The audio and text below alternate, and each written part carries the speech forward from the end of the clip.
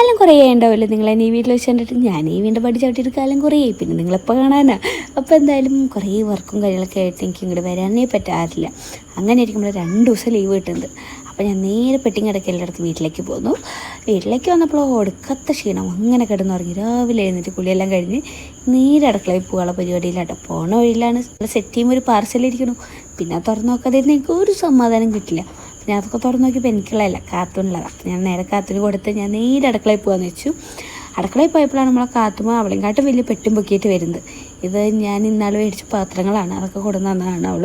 ഇനി എൻ്റെ അടുത്ത പരിപാടി എന്താ വെച്ചാൽ നമുക്ക് രാവിലെയുള്ള ഫുഡ് എന്തെങ്കിലും ഉണ്ടാക്കാന്നുള്ള കാരണം വിശന്നിട്ട് വയ്യ.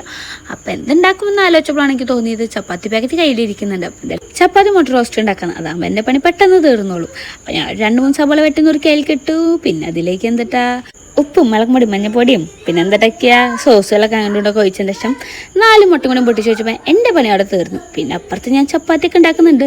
നിങ്ങൾ കണ്ടുകഴിക്കും എന്തൊരു വലിയ കുക്കാന്ന്. എന്താ ചെയ്യുക, നമ്മൾ എന്തെങ്കിലുമൊക്കെ ചെയ്തല്ലേ പറ്റൂ. പിന്നെ കുറച്ച് മുന്തിരിയും മാമ്പഴമൊക്കെ ഇരിക്കുന്നുണ്ടായിരുന്നു, അതൊക്കെ വെട്ടി നുറുക്കി പാത്രത്തിലിട്ടു.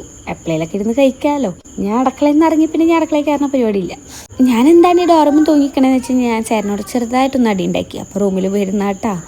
പിന്നെ അതാ ഞങ്ങൾ ചായയൊക്കെ കുടിച്ചു. അതിൻ്റെ ശേഷം കാത്തുമ്മനെ കൊണ്ട് കുളിപ്പിച്ച് ഇനി ഞങ്ങൾ പുറത്തേക്ക് പോവുകയാണ്. അപ്പോൾ എന്തായാലും ഇന്നത്തെ വീഡിയോ ഇത്രയ്ക്കുള്ളൂ. നാളെ പുതിയ വീഡിയോ ആയിട്ട് വരുന്നതായിരിക്കും. ബൈ.